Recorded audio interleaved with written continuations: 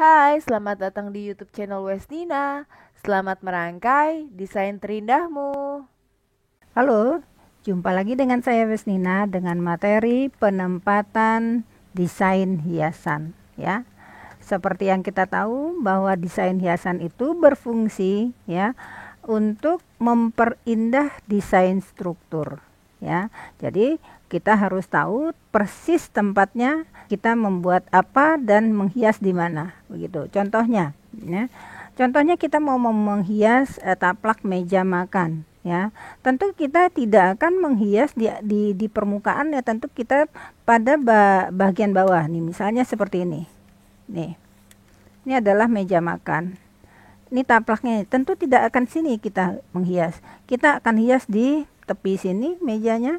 Nah, di bagian sini kita hias, tentu tidak akan di tengah sini. Ya, kenapa? Karena hiasan di sini tidak akan berguna karena tertutup oleh piring, mangkok dan lain-lain ya, yang mana hias ada di atas meja. Nah, contohnya seperti itu. Kalau kita ambil lagi contoh ke busana, misalnya ya orang pakai kerudung, kerudungnya panjang sampai menutup dada. Tentu kita tidak akan memberikan hiasan pada hiasan dada. Nah, seperti itu ya.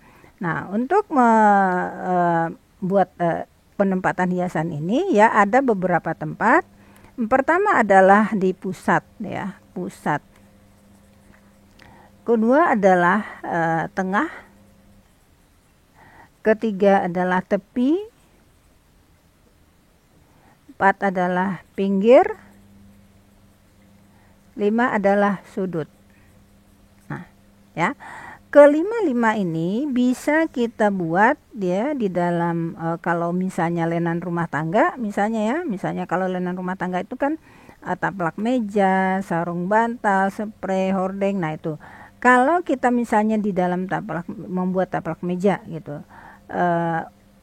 Bentuknya bisa bulat ya, bentuk segi empat, bentuk lonjong atau bentuk 4 persegi panjang ya.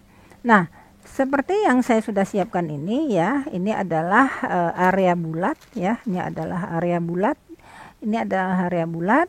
Saya mencoba membuat setengah ya, setengah. Nah, ini adalah bulat ya, ini setengah bulatan. Pertama akan saya buat dulu adalah hiasan pusat. Ya, hiasan pusat itu ya, hiasan yang ada ya mulainya itu dari pusat ini, dia prinsipnya memancar ke seluruh sisi ya. Dia ke seluruh tempat dia memancar. Nah, ini adalah prinsipnya ya. Jadi dia ada di tengah-tengah, kemudian dia memancar, itu adalah disebut dengan hiasan pusat. Nah, hiasan tengah ya, hiasan tengah adalah hiasan yang berada di sekitar sini nih. Ini kosong, ini adalah hiasan tengah ada di sini ya, berada di sini. Nah, ini adalah pusat, ini tengah ya. Jadi hiasan itu berada di sini. Kemudian hiasan tepi. Hiasan tepi adalah hiasan yang terdapat pada tepi benda yang akan dihias. Nih, ya. Jadi dia dari pusat ini dia jauh ya. Nah, nih. Kemudian yang keempat adalah hiasan pinggir. Hiasan pinggir itu adalah hiasan sekalian dia menjadi pinggir ini ya. Jadi hiasan itu sekalian menjadi hiasan ini. Nah, ya. Kemudian hiasan sudut ya, hiasan sudut tentu adanya di tempat benda-benda yang berbentuk sudut ya. Nih ya. Misalnya segi 4 sama kaki. Nah, misalnya taplak. Nah, ya. Apakah kita mau menghias sudut sebelah sini dengan sini? Ya. Atau kita 4-4-nya? Terserah. Nah, ini namanya hiasan sudut, ya. Jadi hiasan sudut. Nah, ada lagi hiasan sudut pada 4 persegi panjang. Misalnya seperti ini.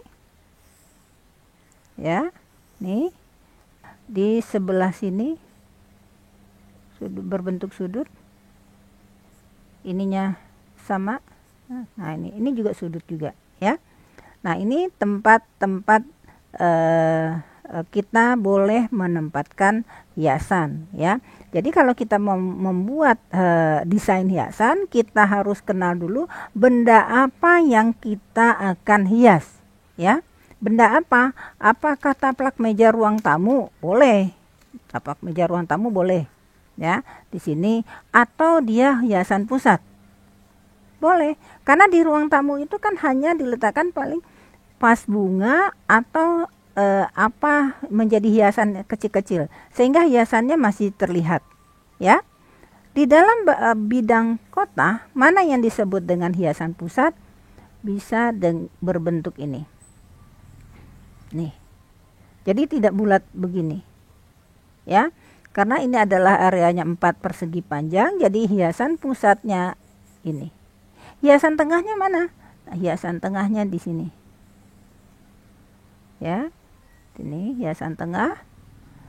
Hiasan tepinya mana? Ini hiasan tepi. Ya. Hiasan pinggirnya mana? Ini adalah hiasan pinggir menjadi penyelesaian pinggir benda tersebut. Nah, ya, jadi ada 1, 2, 3, 4, 5. Jadi ada 5 penempatan hiasan sesuai dengan teori-teori desain hiasan ya. Sekian dulu ya teori tentang penempatan hiasan yang bisa saya sampaikan. Semoga bermanfaat untuk Anda yang menonton YouTube saya ini. Terima kasih. Terima kasih atas apresiasinya. Saran dan kritiknya kami tunggu. Bye.